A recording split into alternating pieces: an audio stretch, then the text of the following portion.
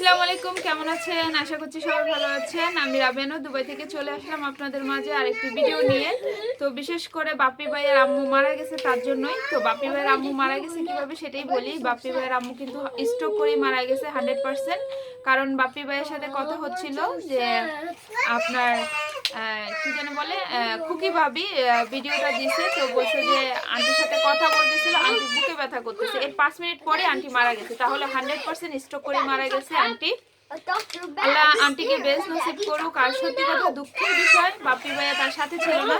আসলে হায়াত মত তো আল্লাহ ছাড়া কেউ জানে না। তো মানুষ তো মানুষের গতিতে চলে, যেহেতু ওনার মেয়েও ছিল প্রবাসে, ওনার মেয়েও কিন্তু ওনার পাশে নাই।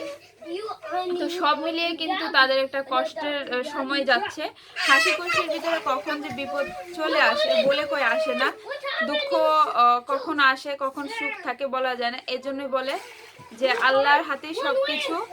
আর সত্যি কথা আমার কাছে শুনে অনেক খারাপ লাগছিল যখন সকালবেলা না, আমি তখন ঘুমাইও নাই, যেটা সত্যি কথা। কদিন ধরে একটু ঘুমটা লেট করে হচ্ছে, তো ঘুমাই নাই। আমি দেখি খুকি ভাবির হঠাৎ করে ভিডিও আপলোড করছে একটা ওনার আগের ভিডিওতে ভয়েস দিয়ে। তো বলতেছে যে বাপ্পি ভাইয়ের আম্মু মারা গেছে। আমি তো দেখে, আমি থাম্বনেল দেখে আমি মানে অবাক হয়ে গেছি। আল্লাহ ওনাকে ওদিনও সুস্থ মানুষ দেখছি, উনি কিন্তু সুস্থই ছিল মাশাল্লাহ করে। ওদিন রাত্রেই মানে কালকে রাত্রেই মারা গেছে যখন। এর আগেও কিন্তু তার সাথে দুই আড়াই ঘন্টা আগেও কথা হয়েছে বাপ্পি ভাইয়ের সাথে, তার নাতির সাথে তিশার সাথে কথা হয়েছে, দেন বাপ্পি ভাইয়ের সাথে কথা হয়েছে। তো সব মিলিয়ে আসলে তাদের এখন পরিবারটা একদম দুঃখের উপরে যাচ্ছে।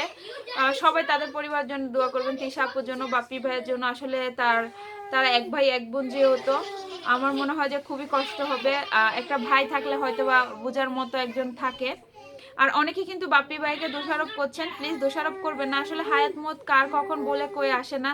এমন হতে পারে আপনাদের সাথে আমি এখন কথা বলতেছি 2 মিনিট পরে বা এখনই আমি কথা বলতে বলতে মারা যেতে পারি। কয়েকদিন আগে একটা ভিডিওতে দেখছি নাচতে নাচতে নিউজের ভিতরে হয়েছে ইন্ডিয়ার একটা মেয়ে মারা গেছে। তো মানুষের হায়াত মত শুধু আল্লাহ ছাড়া কেউ জানে না। এখানে ওনার কোনো হাত নেই, কিন্তু উনি স্ট্রোক করছে। কিন্তু দুঃখের বিষয় অবশ্যই আছে যে উনি পাশে নাই। তো উনি স্ট্রোকই করেছে, স্ট্রোক করেই মারা গেছে। তো যাই হোক, আন্টির জন্য অনেক দোয়া রইলো। আন্টি খুবই একটা ভালো মানুষ ছিল। আর তানজিলাও কিছুদিন আগে যখন আসছিল দাদুকে অনেক জড়িয়ে কান্না করছিল। তো খুবই কষ্টের তানজিলা এখন কিভাবে কি করছে, যেহেতু ওর একটা বাচ্চা পেটে। তো সেটাই চিন্তা করছি।